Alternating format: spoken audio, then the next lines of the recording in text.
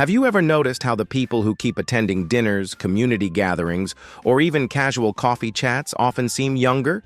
Not just in how they look, but in how they carry themselves? And on the other hand, maybe you've met someone who decided to stay home more often, skipping birthdays, reunions, or Sunday lunches. Over time, they seem quieter, slower, and even older than their years. That's not just coincidence. Today, we're diving into one of the most overlooked causes of accelerated aging: skipping social events. You might think, "I'm just tired," or "I don't feel like going out." But the choice to isolate, even in small ways, adds up, and the impact on your health is bigger than most people realize. Point 1. Loneliness shrinks the brain. Human connection is like exercise for the brain.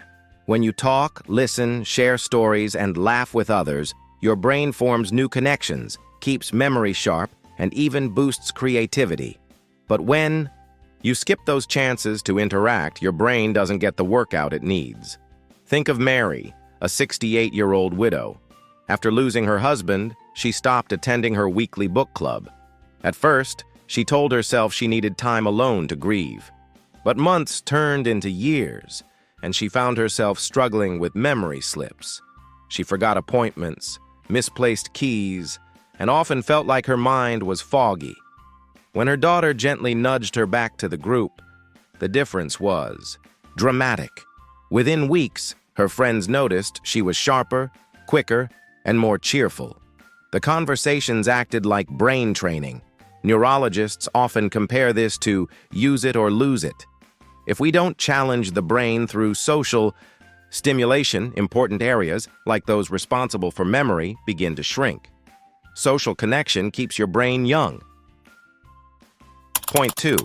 Social withdrawal weakens the immune system. You may not realize this, but your immune system listens to your emotions. When you laugh, hug someone, or share a meaningful talk, your body reduces stress hormones like cortisol. Lower. Stress means stronger defense against illness. John, a retired teacher, is a good example. After he moved to a new town, he stopped seeing old friends. He figured he'd enjoy the peace and quiet. But within a year, he was constantly battling colds, and his energy was drained. It wasn't until he joined a local gardening club that things turned around. Being outdoors, joking with new friends, and sharing gardening tips gave his immune system the boost it needed. Suddenly, he wasn't sick all the time anymore. Skipping events doesn't just make you lonely, it literally makes you more vulnerable to disease. Connection acts like a natural vaccine for your body. Point 3. Isolation speeds up physical decline. Here's something few people realize. Being social keeps you moving. When you plan to meet friends, walk to a community hall, or dance at a wedding, you're naturally staying active. When you skip events, you lose those subtle but important movements. Take Susan, age 72. She used to love her church's Sunday gatherings, but after knee surgery, she stopped going. At home, she sat more, walked less, and gradually lost muscle strength. Her doctor warned her, "The less you move, the more you decline." Eventually, her daughter convinced her to attend again. The simple act of getting ready, walking into the hall, and greeting friends gave her back mobility she thought she'd lost forever. It's not about running marathons. It's about small, consistent activity fueled by social engagement. Skipping events robs you of that. Point 4. Emotional health suffers in silence. Skipping social events isn't just missing out on fun, it's missing out on joy, laughter, and belonging. And without those, depression and sadness can creep in quietly. Robert, a 70-year-old who loved playing cards, stopped attending his weekly group. At first, he told himself he was too tired, but really he was avoiding the effort. Weeks later, his daughter noticed he was more irritable, watching too much TV, and seemed lonely. When he finally returned after some persuasion, he confessed, "I didn't know how much I needed this. The laughter feels like medicine." Depression in older adults often doesn't show up as tears. It shows up as fatigue, irritability, or loss of interest in life. Staying socially engaged is one of the strongest protections against that invisible decline. Point 5. Connection extends life expectancy. Here's the stunning truth. Loneliness is as dangerous to your health as smoking 15 cigarettes a day. Researchers have found that people with strong social ties live longer, sometimes by years. Eleanor, 85, still attends her weekly knitting circle. Her hands are slower now, but she laughs, shares stories, and feels valued. She says, "The yarn keeps my hands busy, but the company keeps my heart alive." Compare that to someone her age who sits alone at home, declining every invitation. The difference in energy, outlook, and health is night and day. Social events are not optional extras.